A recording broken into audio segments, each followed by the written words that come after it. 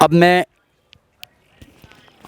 आपकी तालियों की गूंज में चीफ़ ऑर्गेनाइज़र हैं मरकज़ के चीफ़ ऑर्गेनाइज़र जनाब राना मोहम्मद अकबर फूल साहब, उनसे दरख्वास्त गुज़ार हूँ कि वो आएँ।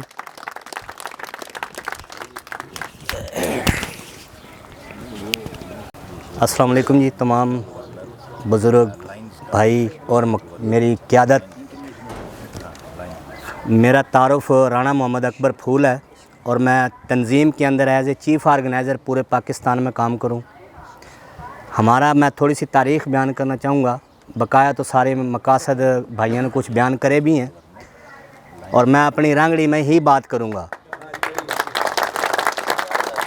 क्योंकि हमारा जो काम है ना, असल वो हरियाणवी ज़ुबान था तरवीज देना है।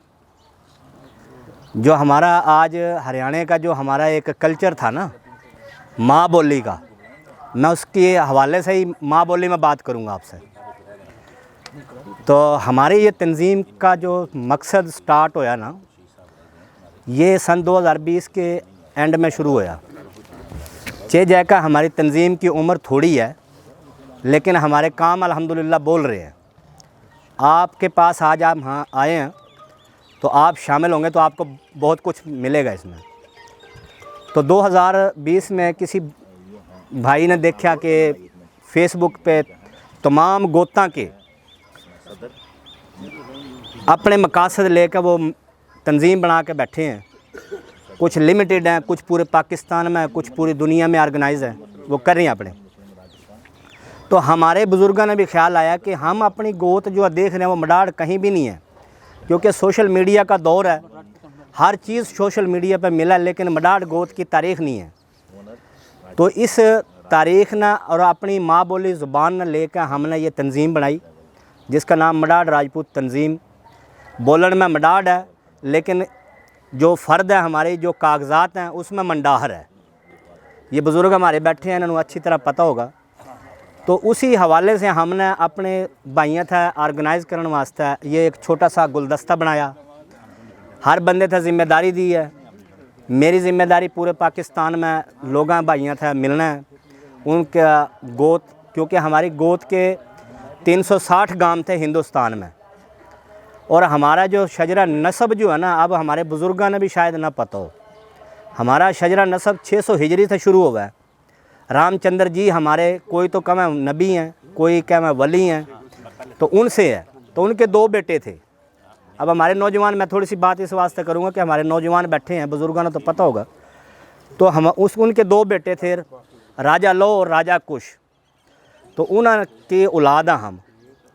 राजा लो ने लाहौर बसाया था, राजा कुश ने शेखुपुरा या कसूर बसाया था।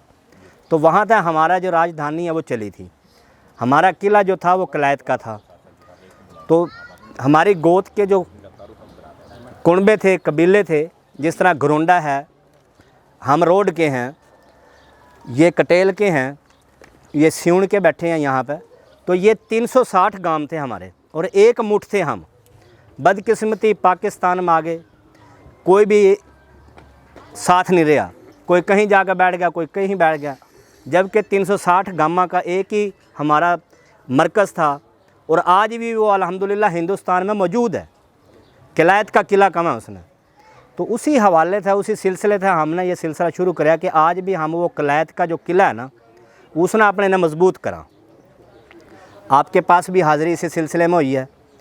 तो साथ जब मुनज़्ज़म तंज़ीमा हुआ तो वो अपने आप ना उभारने के वास्ते अपनी भाइयों की खिदमत करना चाहे।